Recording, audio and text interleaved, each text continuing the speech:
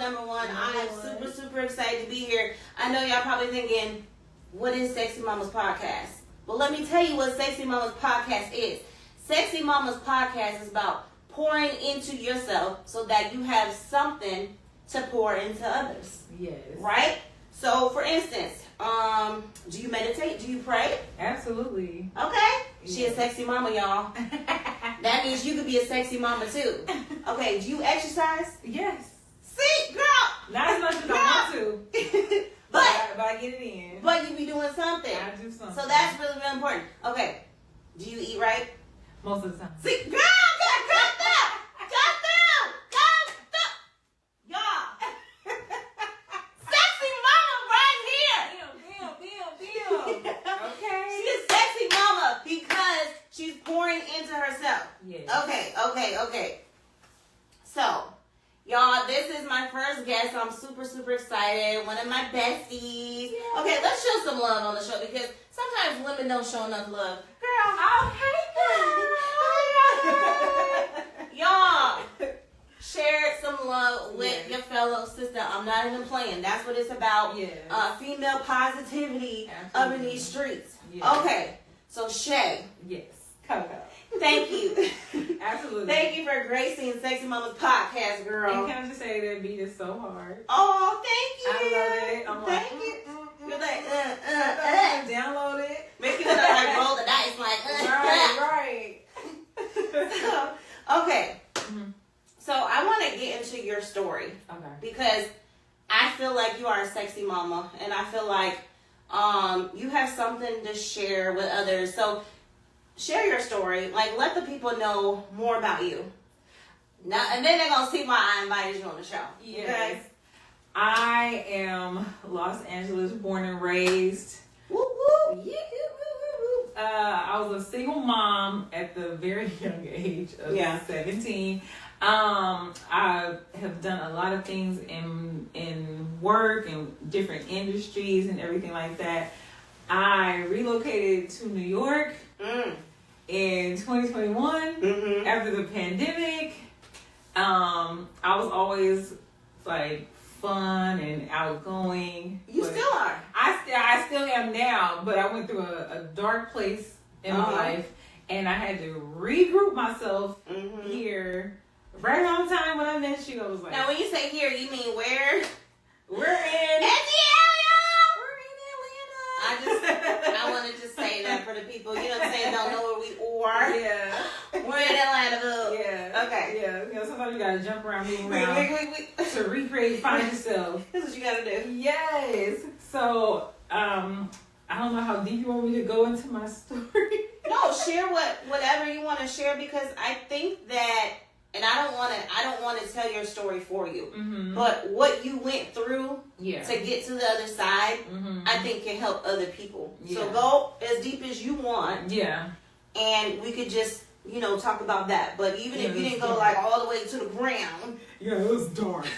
Even if you didn't want to go all the way down here. It was dark. But it's still really important. There's a lot of people that I know that have probably gone through something similar and may be in a similar situation. That's true. Just let them know that there's hope on the other side. Yes. So feel free to you know what I'm saying? The grass is green where you water it. I'm just saying. The grass is green where you water it. So my Sexy Mama Podcast cup. Yeah. I need one. I need a Sexy Mama Podcast mug. But please go ahead and share your story. Yeah. So, like I said, always fun, outgoing. My smile has come back, it's returned, but I worked for this smile. People always used to tell me like, oh, I love your energy, oh, it's so good to be around you and everything like that. And when I made the decision to move on the East Coast, I got into a relationship and it literally changed my entire life. Like I lost literally everything. And so now, I'm not trying to skip through the story, but now you see the fruits of rebuilding. Yeah. But it was a very, very dark time, and all I can say is for somebody out there, like I went through a domestic violence relationship, and listen to people that don't know, because they know for whatever strange reason. Like I feel like God always sends you people, like He gives you what's the scripture say? Like, he be sending you angels. Yeah, like you got that discernment that you can feel that energy and that vibe. Yeah, and since I had never been through anything like that before, I was just like, oh, you don't know what you're talking about. That'll never happen to me and everything like that. But a few things that like friends and family will not tell you, like if somebody's not treating you right, just leave. Like there's nothing to talk about. Just leave, because at the end of the day, right, like you're more important. I know one thing that really, really bothered me was the way that the people that knew him, like, it's like, you know, you didn't tell me he was crazy. What, you didn't tell me? People keep so many secrets, so it's like if you see something the first time, that's generally. So you're saying when they show you who they are, believe them. Believe them. And I'm saying this with a smile, and I'm being, I guess you can say like charismatic, funny about it or whatever. But it was no joke. I'm just happy to be here. I'm happy to be alive. I'm happy to get my joy back, my sexy back. Yeah. I'm elated, and I'm not where I was before I made that decision to be in that unkept situation. Yeah. But I'm getting there, and I have more joy than I've ever had. Mm-hmm. So, and that's priceless. Absolutely. And that's sexy. It is sexy. And I have more confidence than I've ever had. Now, hey, Alyssa girl. Now when you said that you were rebuilding, mm-hmm. what does that rebuilding look like? So you're in this relationship that wasn't positive. Right. And then sounds like you got out of it. Yeah. And now you're crawl out. But you got out. Yeah, I got out. And now you're on the other side of rebuilding everything. So, mm-hmm.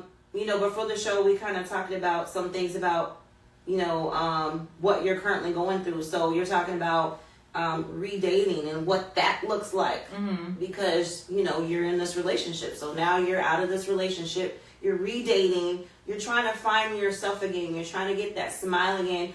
And I don't want to minimize what you're doing, because I'm not going to put your business out there on the street, like what you're doing, but mm-hmm. You have legitimate jobs. Yes. Right? Yes. Like, it doesn't, when you say you're rebuilding, somebody might be like, okay, what's that mean? Yeah, everything I did legally, I got it out the mud again by myself. I didn't have a sponsor. I didn't have anybody. You didn't have no sugar daddy. I didn't have a sugar daddy.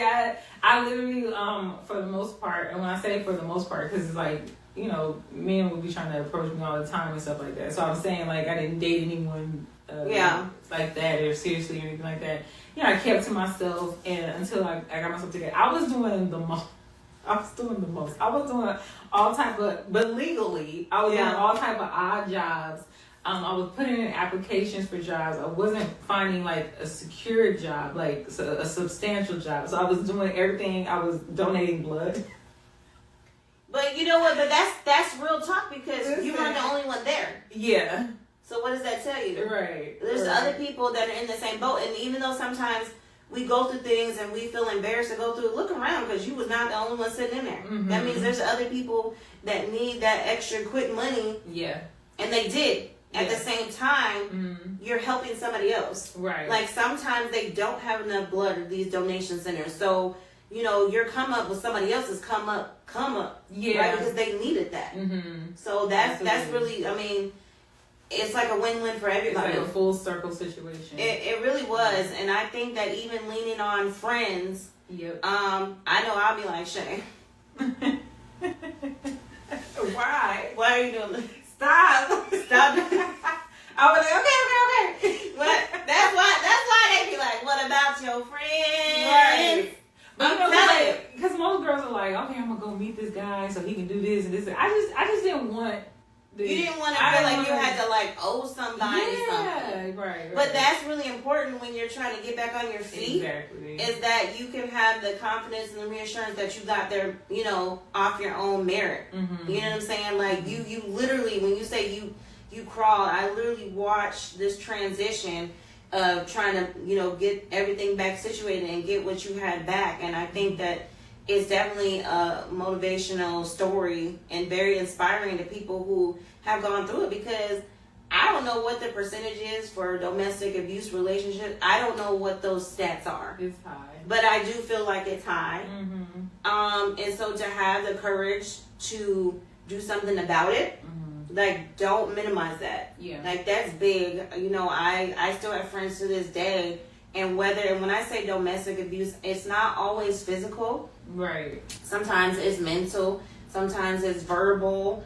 Sometimes, shoot, it's probably spiritual. Like, I mean, don't dismiss that. Just because he's not putting his hands on you doesn't mean that what he's saying to you is not still affecting you. And sometimes words hurt worse than the physical. Yeah. And I don't want to minimize the physical. That's not what I'm saying. What I'm saying is, and financial, thank you, is that verbal abuse, it like different. Cuts you. It cuts you real deep, because you're looking at somebody who says, you know, on one side they like saying this nasty, toxic stuff, and then on the other side they could be like, I love you. And so you're sitting there trying to figure out, you sitting here trying to figure out, like, how you gonna be the cause and the cure? Yeah. That's literally what it is. They be trying to be like, you can't cut me and then be like, I'm gonna sew you up. Like, right. That's a good analogy. Like, why did you cut me in the first place? Because I trusted you to not hurt me in this way. And when you are hurting me in this way, I have a hard time. And then sometimes it's like, you have a hard time, like, believing them when they say I love you after they done this, this toxic thing. Then you be looking at them and they're like, I love you. And you be like, I would just look at them after, because somebody who loved me would not do this. Because love is a verb. So you show me how it's action. Yeah, you don't tell me. Yep. Yeah. So, but in that same marriage, his words started to mean nothing to me. So even when he was you started not to believe him. Nobody wants you. This, the things that he was saying was like out of this world. I was just looking at him like. And I knew in my brain, and like you said, meditation, prayer, I never stopped doing that. So at a certain point, I was just like, no, he doesn't love himself. You know what I'm saying? And not just put emphasis, I don't even want to get into him and everything like that, but back on me. Back on sexy mama right here. So how did you get, or what gave you the strength? I know you talked about meditating and praying. We talked about your circle around you that you know that you could trust them. Your friends and your family that you know that you could trust. And somebody be like, oh girl, you didn't mean it. Then that make you look sideways like, but you weren't there. Like, you didn't see in his eyes, he did mean it. And so just trusting that close circle of friends and be like, this person usually doesn't tell me stuff like this. The fact that they're telling me tells me it might be bigger or worse than what I'm thinking that it is in my head. So just, kudos to you for getting out and doing better and finding a way to try to go back and get everything you lost. But it's a process. It is a process. And it was frustrating at first, especially like when I didn't have like a substantial income. But it came at the right time. Right. Because if I had got it like earlier on when I was like going through my divorce and everything like that, I wouldn't have been able to really focus on getting a divorce, and I probably would still be legally married today. So it all, even though it was frustrating and it was stressful at times, stuff like that, all things work together for our good. So absolutely, it worked out, and I have no regrets. Even going through everything that I went through, I don't have any regrets. I was like, okay. I think that's how you can have joy on the other side. That's the only way, because I've seen people who went through different situations that ended up, getting divorced, and it broke them completely. Like, they were unrecognizable. Like, literally, physically. I was like, is this the same person? Right. And I think that I probably would have been there. Of course, I'm not going to take away from like the Most High and His love and everything like that. But I literally had people around me, like you, like other people, that gave me room to get back to being myself. And the people that didn't want anything from me because he had taken everything from me. You know what I mean? So it was just literally like everyone pouring into me that helped me get back into that groove of things. Because I'm a happy person, like, and I'm happy by myself, like all by yourself. But that's the point of Sexy Mama's podcast, because it's like you have to pour into yourself. You have to give yourself that self-love. You have to forgive yourself. Yes, that part. Because I know that's really big. Like, a lot of people hold on to things, and it's like when I hear this all the time, when they say forgiveness is not for the other person, it's for you. Believe that. Yeah. Believe that, because that person is running around skipping, like, you know what I'm saying? Like, they run around having a good old time. Right. And you're still holding on to this. Yeah. So when you're telling, and sometimes it's not even going to that other person and saying, I forgive you. Sometimes it's just the work that you did with yourself and be like, you know what, I forgive them. That doesn't mean that you told them that. Yeah. But you told yourself that, like, I'm no longer holding on to this baggage that every time I see them, or every time I see their number come up, or every time whatever someone says their name, my blood pressure goes up. Yeah. That's not okay. No, it's not. That means they still have That means they still got power over you. That's literally what that means. And so that's why I said, even just for yourself, I mean, like, you know what? I don't ever have to tell them, but I do forgive them. That way you can move forward. So I just think that's super, super important. I think that you have a story that literally can help somebody in their journey right now, today, that can just know and believe that there is something on the other side. But when I tell you about that joy, that comes from you, like, this girl would be literally up here like, I'm about to have a spa day. And I'm like, okay. Am I lying? No. She was like, I'm about to have a spa day, and she had went out and got all this stuff for, like, self-pampering at the house. I love me. And she would, but that's pouring into you, that so that you have something to pour into others. And so that joy, although it may have wavered, like, but it never left. It never left. It never left. It was dimmed. But the light was dimmed, but the flicker, the flame never went out. And you guys, let me tell y'all, because man, when I tell you, this girl, she's one of my bestest friends here. And so, like, when she would say something to me sometimes, what was the phrase that would be like, if it makes sense to you? If it makes sense to you. Well, I kind of be like, oh, just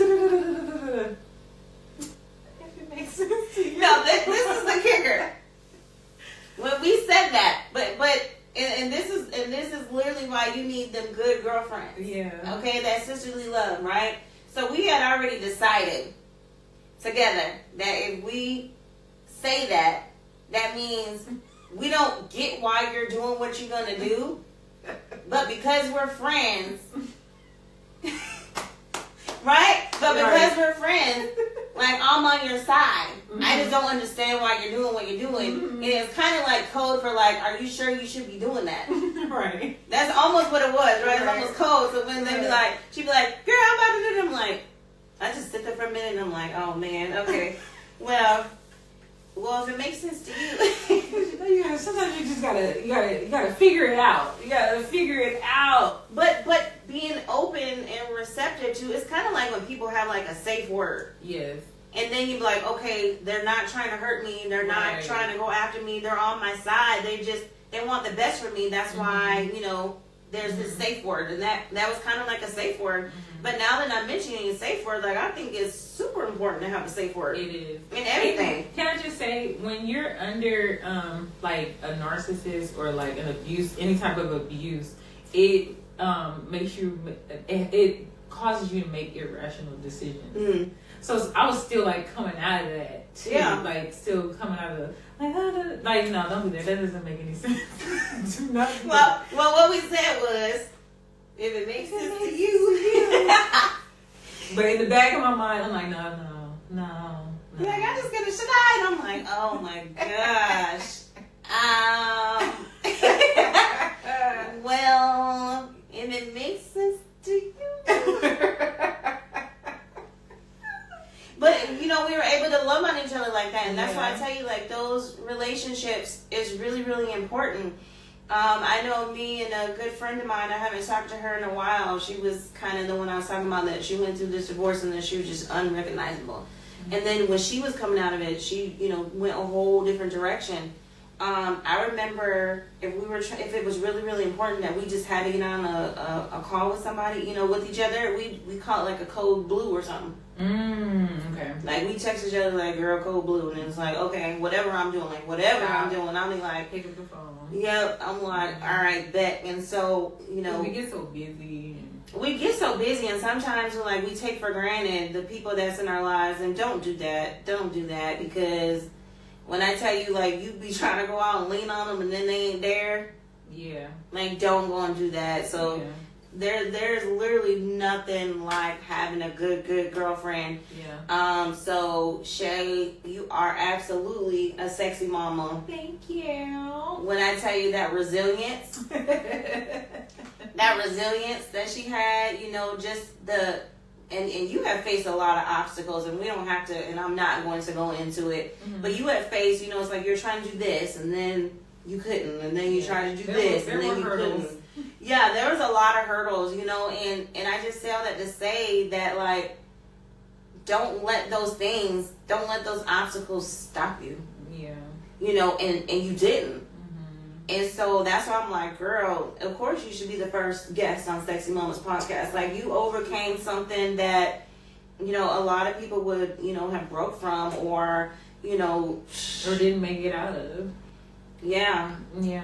So how do you feel now about being on the other side? You said you were elated and you said that you were full of joy. But I got asked me the other day, he's like, are you married? I said, I'm happily single. I'm happily divorced. Yeah. Happily. Yeah. Yeah. On the other side is like I said, it's greener where you water it. So I watered the other side, and I'm just it's hard to break away when you have an attachment with someone, and or you make when you get married and everything like that, you do it for life.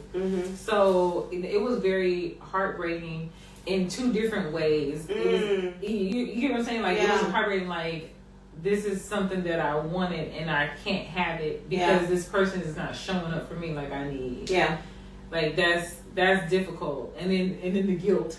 You know what I'm saying? And especially he would say we don't believe in divorce, and I'm like, well, I don't believe in getting XYZ either. So make it make sense. But and even in some families or cultures or whatever, there's shame. Yeah, on divorce. Yeah. Mm-hmm. So did you experience? Shame. I feel no shame. Right, but I'm just saying, and I'm happy. If I never get married again, I'm happy. Yeah. I like to think. I forgot to tell you. I don't know if I shared this with you, but I was having a conversation with the Most High the other day, and I'm just talking and doing my thing, and I'm like, well, I believe when you made me, you made someone for me. Yeah. Right. So that could be my belief. But anyways, I'm to that.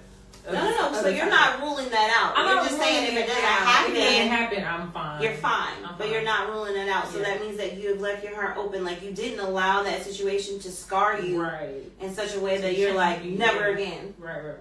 And that's when I tell y'all the resilience. That's unmatched because you don't.